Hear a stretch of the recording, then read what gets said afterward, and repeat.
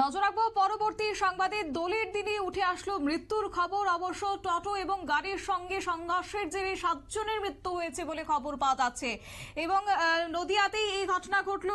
সবাই নাকশিপাড়ার বাসিন্দা বলেও জানা গেছে। বাজার করে ফেরার সময় এই বিপত্তি। অবশ্য এই 7 জনের মৃত্যুকে কেন্দ্র করে গোটা এলাকা জুড়ে শোকের ছায়া নেমে এসেছে। কি রয়েছে বক্তব্য শুনুন। সঙ্গে আজকে দোল উৎসব বটে।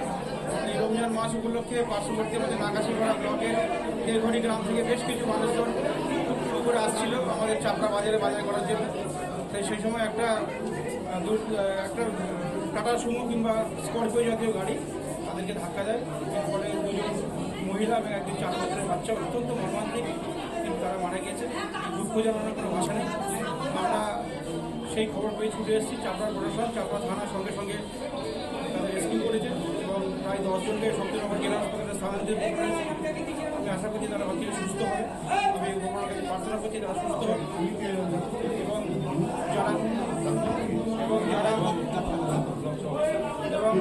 যারা আপনারা শুনলেন সংশ্লিষ্ট ব্যক্তির বক্তব্য। অবশ্য দোলের দিনে ঘটে গেল এই বিপত্তি। একদিক থেকে টোটো এবং অপর দিক থেকে একটি যাত্রীবাহী গাড়ি আসছিল, যার ফলে মুখোমুখি সংঘর্ষের জেরে 7 জনের মৃত্যু হয়েছে এবং এই 7 জনের মধ্যে মহিলা সহ শিশু রয়েছে বলেও জানা গেছে। এবং গোটা ঘটনাটি একটা মর্মান্তিক ঘটনা। তবে নাকাশিপাড়া বাসিন্দা সবাই প্রত্যেকে, তার মধ্যে কয়েকজন গুরুতরভাবে আঘাতপ্রাপ্ত হয়েছে এবং তাদের চিকিৎসা চলছে হাসপাতালে। নিয়ে নিচ্ছে ছোট্ট একটি বিজ্ঞাপন বিরতির সঙ্গে থাকুন।